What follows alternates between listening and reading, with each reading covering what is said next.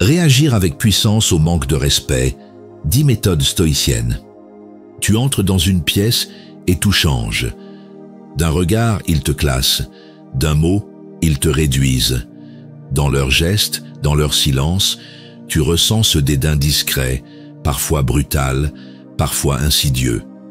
Et là, sans même t'en rendre compte, tu viens d'être touché par quelque chose de plus corrosif qu'un coup. Le manque de respect. Ce poison invisible te traverse sans bruit, mais il s'installe. Qu'ils viennent d'un inconnu ou d'un proche, ce n'est pas tant ce qu'ils disent, c'est ce que cela te fait ressentir. Et si tu es ici, c'est sans doute que tu en as assez de subir, sans savoir comment réagir, sans te trahir. Ce que tu vas découvrir ici, ce sont des réactions stoïciennes puissantes, éprouvées, pour ne plus jamais te laisser détruire par le mépris des autres. Tu es resté là, figé entre deux réactions. Ne rien dire, répondre. Tu n'as pas trouvé le ton, pas trouvé la force, ou tu as explosé et tu t'en veux. Peut-être as-tu feint l'indifférence en espérant que ça passerait, mais ça ne passe pas, car ce qu'ils ont laissé, ce n'est pas seulement une parole, c'est une morsure invisible que seule une âme exercée apprend à dominer. Tu te demandes pourquoi ça te touche autant, pourquoi ça t'habite autant, pourquoi, parfois, tu sens que leur mépris commence à te faire douter de ta propre valeur. C'est ici que tout commence, ici, maintenant. Si tu es là, ce n'est pas par hasard, c'est que quelque chose en toi refuse de continuer à subir, refuse de répondre par la violence, refuse aussi de devenir froid, fermé, indifférent. Tu veux autre chose, une voix qui t'élève, pas qui te durcit, une force calme, et tu es au bon endroit. Ne fais pas l'erreur de partir trop vite. Ce que tu risques de manquer ici n'est pas une simple leçon ou des mots bien tournés. Ce que tu risques de perdre, c'est la compréhension la plus profonde. Comment reprendre le pouvoir, là où tu le leur as laissé sans le savoir. Si tu passes à côté, tu continueras à réagir comme avant, à souffrir comme avant. Tu continueras à chercher une forme de justice qui n'existe pas dans le regard de ceux qui te méprisent. Reste. Ce que tu vas découvrir est peut-être ce que tu aurais voulu entendre depuis des années. Et si tu veux t'engager dès maintenant, écris simplement en commentaire « Je me relève ». Ce sera ton point de départ. Une façon silencieuse de dire « Ça suffit ». Tu pourras revenir à cette phrase plus tard. Elle t'appartiendra. Si tu ressens que cette vidéo parle juste, abonne-toi à notre chaîne Le Stoïcisme Révélé. Laisse un like pour garder cette sagesse vivante. Et surtout, partage-la avec quelqu'un qui en a besoin. Ce simple geste peut être une clé pour une autre voie. Commençons par la première clé. Ne laisse pas l'insulte pénétrer ton jugement. Tu entends les mots, ils claquent, parfois haut, parfois bas, parfois à peine murmurés. Mais leur cible est claire, toi. Et ce n'est pas l'insulte en elle-même qui t'atteint le plus, c'est la pensée qu'elle provoque. Car c'est là que tout commence, non dans leur bouche, mais dans ton esprit. Le stoïcien ne nie pas l'offense. Il l'observe, il la nomme, il l'isole, il refuse qu'elle fusionne avec ce qu'il est. Zénon disait « Les paroles des autres sont comme les flèches tirées dans le vide. Elles ne blessent que si tu te places dans leur trajectoire. Si tu t'écartes intérieurement, si tu refuses d'en faire une vérité, alors elles s'épuisent sans effet.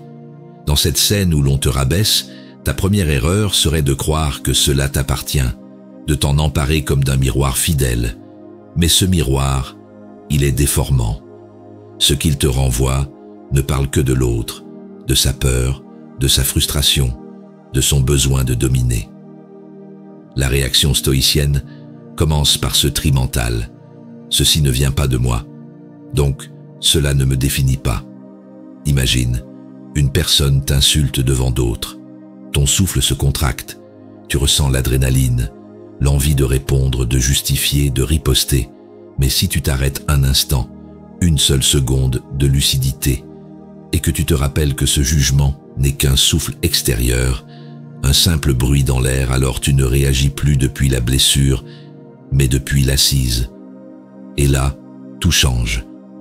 Il faut du courage pour ne pas se défendre, pas par faiblesse, mais parce que l'on choisit où l'on place son attention. Ton attention est ton bien le plus précieux. Musonius Rufus écrivait « Nous sommes blessés moins par ce qu'on nous dit que par l'importance que nous donnons à ces paroles. » En d'autres termes, ce que tu laisses entrer décide de ce que tu ressens. Ta véritable force est là, ne pas t'approprier ce qui ne t'appartient pas. L'insulte, le mépris, le rire moqueur, tout cela n'est pas ton fardeau. Ce n'est pas à toi de le porter. Refuse de t'en charger. Laisse-le où il est, à celui qui l'a généré. Ne pas accueillir l'insulte, c'est refuser de devenir le serviteur de celui qui l'a lancé. Et si tu veux ancrer cette clé en toi, répète-la en silence. Je choisis ce qui m'habite. Puis inscris-la, si tu le veux, dans les commentaires. Elle te suivra comme une promesse. Passons maintenant à la deuxième clé. Quitte la scène sans abandonner ton feu intérieur. Il y a des lieux où ta présence est inutile, des échanges où ta parole est piégée d'avance, des instants où rester, c'est s'offrir comme cible à ceux qui ne cherchent ni vérité ni lien, mais domination.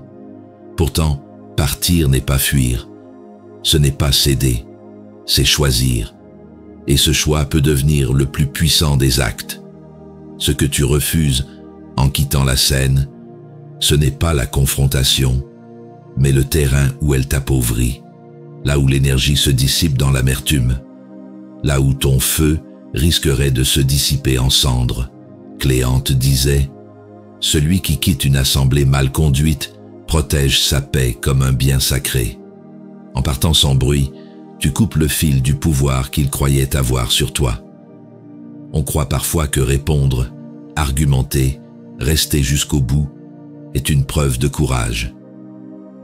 Mais il y a des luttes où rester, c'est s'abaisser. Ce n'est pas dans la résistance visible que se joue la grandeur, mais dans l'économie silencieuse de ta force. Ce feu intérieur, s'il est bien tenu, éclaire même en ton absence. Il impose le respect, non par le choc, mais par l'écart. Imagine, on te parle avec arrogance, on te pousse, on attend une réaction. Tu sens la tension, tu la connais, mais tu ne réponds pas, tu lèves les yeux et tu t'en vas. Ce geste, s'il vient du calme, pèse bien plus lourd que 100 mots. Il dérange parce qu'il est libre, il surprend parce qu'il n'imite rien.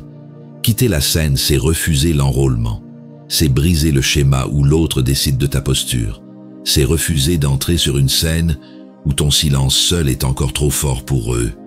Ta dignité ne dépend pas de ce qu'ils attendent, mais de ce que tu protèges en toi. Épictète l'a écrit avec justesse.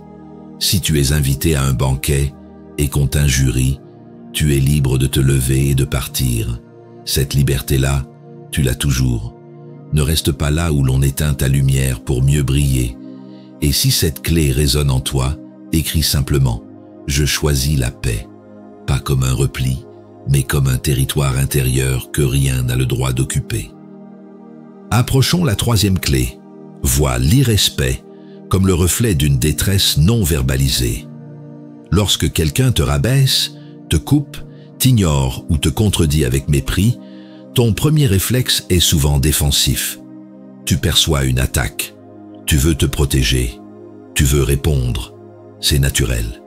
Mais le regard stoïcien commence là où l'instinct s'arrête, et si ce mépris n'était pas une preuve de force, mais un masque fragile, la personne irrespectueuse te montre peut-être son masque, mais jamais sa racine. Et cette racine, souvent, c'est une douleur, une faille, une peur qui n'a pas appris à parler autrement. Cléantès écrivait « L'homme dur est celui que la douceur effraie, car elle l'oblige à se voir tel qu'il est. » L'irrespect, sous cet angle, n'est pas un sommet de puissance, c'est un aveu muet. Imagine-toi dans une confrontation tendue, une remarque acerbe, un regard condescendant. Tu pourrais répliquer, te raidir, t'élever. Mais si tu bascules dans une autre perspective, non pour excuser mais pour comprendre sans t'atteindre, alors quelque chose change. Ce n'est plus toi contre lui, c'est toi face à une humanité en déséquilibre. Et cette différence suffit parfois à créer une paix que l'autre ne peut pas comprendre. Psychologiquement, cela te redonne le pouvoir, car ce que tu choisis de voir, tu choisis de ressentir. Là où d'autres voient un affront, tu vois un signal. Et si tu restes centré, tu ne prends pas sur toi ce qui ne t'est pas destiné. Tu ne traduis pas leur agitation en blessure. Tu comprends le langage sans en adopter le ton. Le stoïcien ne cherche pas des excuses à l'autre. Il cherche à désamorcer la violence en amont de la contagion, sans pour autant se laisser manipuler. Comprendre, ce n'est pas céder. Musonius Rufus écrivait « Celui qui comprend la misère derrière l'arrogance peut agir sans haine. » Ce n'est pas de la compassion molle, c'est une forme de lucidité armée. Cette clé n'est pas facile à manier. Elle demande du recul, de la pratique, une forme d'hygiène mentale. Mais elle t'offre un soulagement rare. Tu n'es plus obligé de prendre personnellement ce qui ne t'est jamais vraiment adressé. Et si cette clé t'ouvre une perspective nouvelle, écris simplement « Je choisis de voir plus loin ». Tu y reviendras peut-être un jour, avec un regard plus apaisé. Explorons la 4e clé. Oppose à l'attaque la patience d'un esprit invincible. Réagir vite, c'est souvent perdre d'avance. Certains cherchent la faille. Ils attendent l'agitation dans tes yeux, le tremblement dans ta voix, le souffle plus court qui trahit la réaction. L'attaque souvent n'a qu'un but, te faire bouger, te faire répondre, t'arracher à ton axe. Mais il est une force qu'ils sous-estiment toujours. La patience ferme, enracinée, impassible. Celui qui reste, sans vaciller, devient opaque à la violence. Il n'annule pas l'offense, mais il la laisse se briser contre lui. Sénèque l'écrivait sans détour. La colère de l'autre est comme un vent. Elle ne déracine que les arbres instables. Si tu es centré, tu ne bouges pas, tu observes, tu retiens, tu laisses passer. Imagine une série de remarques piquantes, répétées. Tu sens qu'on te provoque. On t'appelle à réagir. Mais tu ne réponds pas. Tu respires. Ton visage reste calme. Ton corps ne cède rien. Tu fais ce que peu osent faire. Tu t'absens émotionnellement de la scène sans fuir physiquement. Et cela, crois-moi, déstabilise bien plus que n'importe quel mot. La patience n'est pas lenteur. Elle est maîtrise différée. Elle consiste à voir ce qui se joue sans y jouer soi-même. Elle te permet d'attendre l'instant juste ou de ne pas répondre du tout. Et cette attente-là n'est pas vide, elle est pleine de discernement. Celui qui reste calme oblige l'autre à entendre le bruit de sa propre agitation. Épictète l'avait compris depuis longtemps. Le véritable courage est de rester maître de soi quand le monde devient fou. Face à l'attaque, c'est souvent ta réaction qui t'abîme, plus que l'agression elle-même. Si tu résistes, sans t'agiter, tu n'opposes pas la force à la force, tu imposes le silence de ta paix. Cette clé demande une grande discipline. Il faut apprendre à respirer autrement, à voir l'agitation comme un orage sur une mer que tu refuses de troubler. Mais chaque fois que tu y parviens, tu démontres que ton esprit ne se loue pas à la moindre provocation. Et si tu veux t'en souvenir quand viendra l'épreuve, écris simplement « Je choisis de ne pas bouger ». Car parfois ne pas bouger, c'est résister plus que 1000 gestes. Découvrons la 5e clé. Ne pas rendre les coups, mais remonter à la cause. Rendre les coups, c'est facile, mais comprendre ce qui a poussé l'autre à frapper, c'est une autre force. L'instinct te souffle souvent de répondre, de corriger, de faire mal à ton tour. Pas toujours par haine, parfois juste par justice, par équilibre. Tu veux rétablir ce que l'autre a faussé, mais répondre coup pour coup, c'est rester sur le même plan que l'agression. Et tant que tu restes là, tu perds ce qui t'élève. La grandeur stoïcienne n'est pas dans la passivité, mais dans la recherche de la source. Cléante écrivait « Ne frappe pas l'eau agitée, observe d'où vient le courant ». Il ne s'agit pas de tout comprendre ni d'excuser, mais d'interroger « Qu'est-ce qui a déclenché cette parole, ce geste, ce venin ?» Celui qui remonte à la cause échappe à la répétition. Il brise la chaîne. Imagine, tu viens de subir une parole dure ou un geste humiliant. Tu pourrais te venger, balancer une réplique, prendre une posture. Tu en as 1000 à disposition. Mais à ce moment précis, tu fais l'effort de voir plus loin. Tu sens que l'autre ne t'a pas seulement attaqué, il a déchargé quelque chose qu'il portait. Et cette chose n'a rien à voir avec toi. Cette clé libère, car elle te redonne ta place, celle de l'observateur, pas du réacteur. Elle te permet de penser dans l'espace même où l'autre espérait te réduire à une réponse. Et dans ce choix, tu ne t'éteins pas. Tu t'élèves, tu redeviens le seul maître du lieu où tout se joue, ton propre esprit. Zénon le disait déjà, ce que les autres t'envoient ne t'atteint que si tu leur tends la main pour le recevoir. Si tu ne rends pas les coups, tu ne t'écrases pas, tu refuses simplement de jouer leur jeu. Et ce refus, s'il est ferme, devient un pouvoir. Remonter à la cause, c'est comme sortir d'un brouillard pour voir l'ensemble du paysage. Tu ne réagis plus aux fragments, tu discernes l'ensemble. Et c'est ce discernement-là qui te protège, bien plus qu'aucune riposte. Et si tu veux garder cette clé active dans ta mémoire, écris simplement « Je remonte à la source ».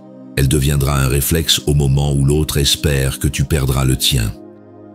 Voici la 6e clé. Préserve ta dignité sans nourrir ton ego blessé. Il y a en toi 2 voies. L'une exige réparation, reconnaissance, vengeance. Elle crie depuis l'ombre d'un coup reçu. L'autre, plus calme, te rappelle que ta valeur ne dépend pas du regard de ceux qui l'ignorent. Entre les deux, il y a toi. Et à chaque offense, tu choisis laquelle tu laisses parler. Le stoïcien ne méprise pas l'ego, il le surveille. Il sait que l'humiliation blesse souvent moins la personne que l'image que cette personne a d'elle-même. C'est là que naît la confusion. Tu crois défendre ta dignité, alors que tu défends une version idéalisée de toi. Musonius Rufus écrivait « Celui qui connaît sa valeur n'a pas besoin qu'on la lui confirme ». Cette phrase est une fondation. Imagine-toi dans une situation où l'on te dévalorise devant d'autres. Tu ressens une pulsion, un feu qui monte. Tu veux te faire entendre, te rétablir, marquer un territoire. Mais si tu te demandes « Est-ce ma dignité qui parle ou mon ego piqué ?» alors tu ouvres un espace de clarté. Et dans cet espace, un autre type de force devient possible. L'ego blessé pousse à la démonstration. Il veut prouver, rectifier, imposer une image.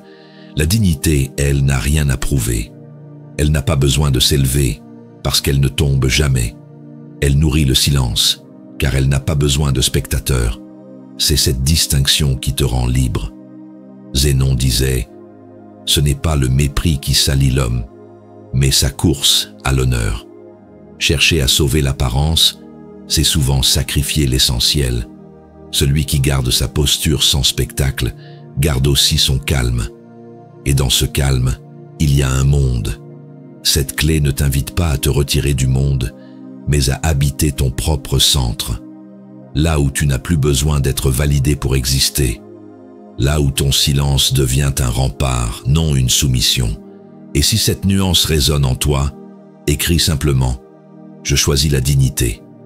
Cela suffira à te ramener, la prochaine fois, vers ce lieu où rien n'est à défendre, mais tout est à incarner. Regardons la 7e clé, reculer pour mieux discerner l'intention. Tu réagis à ce que tu vois, à ce que tu entends, à ce que tu ressens. C'est humain, mais ce que tu perçois d'abord n'est pas toujours ce qui est vrai. Et trop souvent, tu réagis avant d'avoir compris ce que l'autre voulait vraiment dire. Et c'est là que commence l'erreur, confondre le ton avec le fond, la maladresse avec l'hostilité, la forme avec l'intention. Le stoïcien ne reste pas en surface, il interroge, il observe, il ne cherche pas à interpréter chaque mot mais à voir ce qui anime le geste. Zénon disait « Juge après la tempête, quand l'eau est redevenue claire ». Reculer, ce n'est pas s'éloigner, c'est se donner le temps de voir plus net. Imagine, quelqu'un te parle sèchement, te coupe, t'interrompt, tu sens monter l'agacement, mais tu prends une respiration de plus, tu regardes au-delà du mot, tu vois peut-être de la peur, ou un stress mal géré, ou une douleur qui déborde. Et là, quelque chose se relâche en toi. Tu n'as plus besoin de répondre à la forme, parce que tu as perçu ce qui se joue derrière. Reculer crée un espace entre le stimulus et la réponse. Et dans cet espace, tu redeviens libre. L'intention n'est pas toujours visible, mais elle laisse des traces. Et celui qui apprend à les lire s'épargne bien des guerres inutiles. Épictète écrivait « N'accuse pas les hommes pour leur manière, interroge ce qui les a rendus ainsi ». Tu peux désapprouver le ton tout en comprenant la source. Ce discernement te permet de ne pas juger trop tôt ni trop fort. Il te place au-dessus de l'instant. Reculer, ce n'est pas retarder l'action, c'est refuser d'agir dans la confusion. C'est comme prendre du recul devant une toile trop vaste. Ce n'est qu'à distance que les formes s'éclairent. Et souvent, ce qu'on prenait pour une attaque devient un appel mal exprimé. Et si cette clé te parle, écris simplement « Je choisis de reculer ». Non par faiblesse, mais pour voir assez loin pour ne pas être blessé pour rien. Analysons la 8e clé. L'irrespect est souvent une faiblesse qui s'ignore. Ceux qui méprisent veulent être grands. Ceux qui rabaissent veulent paraître solides. Ceux qui coupent la parole veulent dominer la scène. Mais derrière l'arrogance, il y a souvent autre chose. La peur de ne pas exister sans frapper. Et cette peur-là, elle se cache, même à celui qui la porte. Ce n'est pas la hauteur qui parle, c'est la peur qui s'habille en hauteur. Le stoïcien apprend à voir au-delà des apparences sociales. Il sait que l'agressivité n'est pas toujours un choix, mais parfois une défense. Cléante écrivait « La vraie force n'élève pas la voix, elle tient le silence ». Plus l'autre cherche à impressionner, plus il s'éloigne souvent de ce qu'il essaie de cacher. Imagine, tu es face à quelqu'un de dur, moqueur, cassant. Tout, chez lui, semble construit pour te faire douter. Mais si tu le regardes sans tension, tu perçois que ce théâtre n'est pas pour toi. Il est pour lui, pour ne pas s'effondrer intérieurement. Et dans ce regard, tu reprends ta place. Et cette place, c'est celle de celui qu'on ne fait plus douter. Comprendre que l'autre est dans une stratégie inconsciente de défense ne te rend pas supérieur, mais libre. Tu n'as plus besoin de t'ajuster, ni de te justifier. Tu ne le prends plus pour toi, car tu vois que ça ne parle pas de toi. Cela parle de ce qu'il fuit. Sénèque écrivait « L'âme blessée blesse à son tour, mais s'ignore comme telle ». Il y a une violence qui sait ce qu'elle fait, et il y a celle, plus dangereuse, qui agit sans conscience. Celle-là, tu ne la désarmes pas avec un cri, mais avec un retrait lucide. Cette clé ne te demande pas d'excuser, elle te demande de ne plus te mettre au niveau, car à celui qui attaque pour survivre, tu ne dois pas donner le pouvoir de t'atteindre. Tu peux répondre, mais depuis la hauteur, depuis la clarté, depuis un lieu qu'il ne connaît pas. Et si cette vision t'aide à voir différemment, écris simplement « Je refuse de descendre ». Ce sera ta ligne, celle que l'autre ne pourra plus franchir. Approfondissons la 9e clé. Reste détaché sans devenir indifférent ou dur. Tu peux te retirer sans te fermer. Tu peux te protéger sans mépriser. Et tu peux garder ton calme sans perdre ta sensibilité. Mais le danger, quand tu apprends à te détacher, c'est de devenir froid, ou vide, ou inaccessible. Et ce n'est pas cela que cherche le stoïcien. Le détachement stoïcien n'est pas une armure. C'est un espace de clarté entre ce que tu ressens et ce que tu fais. Musonius Rufus l'enseignait, la sagesse n'est pas le refus de sentir, mais le choix de ne pas être esclave de ce qu'on ressent. Tu ressens, oui, mais tu ne réagis pas depuis la blessure. Tu choisis ton point d'émission. Imagine, on t'attaque, tu entends, tu analyses, tu ne bouges pas. Et dans ce silence, l'autre croit peut-être que tu es dur ou indifférent. Mais ce qu'il ne voit pas, c'est le travail intérieur que tu mènes. Tu ressens encore, tu observes encore, mais tu refuses de laisser l'émotion prendre les commandes. Ce n'est pas la fuir, c'est la laisser passer sans en devenir l'esclave. Cette posture est exigeante. Elle demande de ne pas glisser dans l'armure ni dans le vide, car l'indifférence est une forme d'abandon, et la dureté, un camouflage de la peur. Le vrai détachement, lui, laisse les choses venir sans leur offrir les rênes. Zénon écrivait « Celui qui se tient au bord du monde n'en est pas absent. Il le contemple autrement. Ce n'est pas se couper du monde, c'est y être pleinement, sans s'y perdre. Tu restes disponible, mais centré, ouvert, mais solide. Cette clé t'invite à une posture plus rare, être touché sans être troublé, ne pas se refermer mais ne pas se laisser happer. Rester sur cette ligne fine où le cœur reste ouvert, mais la main ne tremble pas. Et si cette nuance résonne en toi, écris simplement « Je reste ouvert et centré ». Tu verras que c'est possible et que c'est là, souvent, que tout commence. Enfin, la 10e clé, réponds par l'exemple, non par le ressentiment. Tu peux l'exiger, l'attendre, le revendiquer, mais plus tu réclames le respect, plus il t'échappe. Car le respect authentique ne s'obtient pas par pression. Il émerge de la manière dont tu te tiens, pas de ce que tu demandes. Tant que tu cherches à prouver ta valeur, tu en confirmes l'instabilité. Le stoïcien ne cherche pas à se faire respecter. Il vit d'une manière qui rend le manque de respect incohérent. Cléante disait « Le noble n'impose rien, mais sa présence rend l'offense inconfortable. » Ce n'est pas la posture extérieure, c'est l'état intérieur qui dissuade. Imagine, tu es en pleine conversation. L'autre hausse la voix, coupe, ironise. Tu ne dis rien, mais ton regard reste stable. Ta voix demeure basse. Tu ne quittes pas ta ligne. Et quelque chose change. Pas toujours tout de suite. Mais l'autre, peu à peu, sent qu'il ne peut pas te faire glisser hors de toi. Ce respect-là ne se négocie pas. Il se reconnaît dans la cohérence silencieuse entre tes gestes, ton ton, ton calme. Psychologiquement, c'est un miroir. Plus tu es aligné, moins l'autre peut projeter sur toi ses désordres. Et plus il doit, s'il reste, s'ajuster. Sénèque écrivait « L'homme vraiment digne n'attend rien des autres qu'il n'ait déjà établi en lui.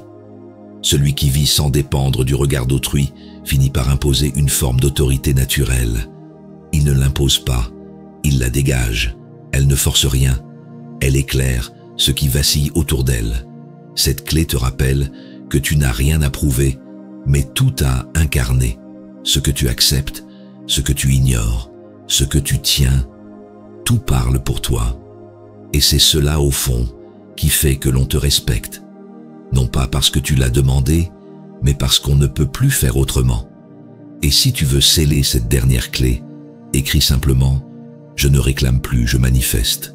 C'est une phrase discrète, mais elle trace une ligne, et cette ligne, désormais, c'est toi.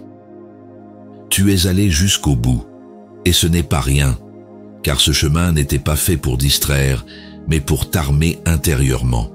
Ce que tu viens de traverser n'est pas un simple enchaînement de conseils, mais une bascule subtile, celle qui te fait passer du réflexe à la maîtrise, de la réaction à la posture, de la confusion à l'axe. Il y a, au fond de toi, une force ancienne. Elle ne crie pas, elle ne frappe pas, elle observe, éclaire, choisit. Peut-être que personne ne t'a jamais appris à y accéder. Peut-être que tu pensais qu'il fallait lutter pour mériter le respect. Mais aujourd'hui, tu sais que c'est faux. Le respect profond ne s'arrache pas. Il se reflète.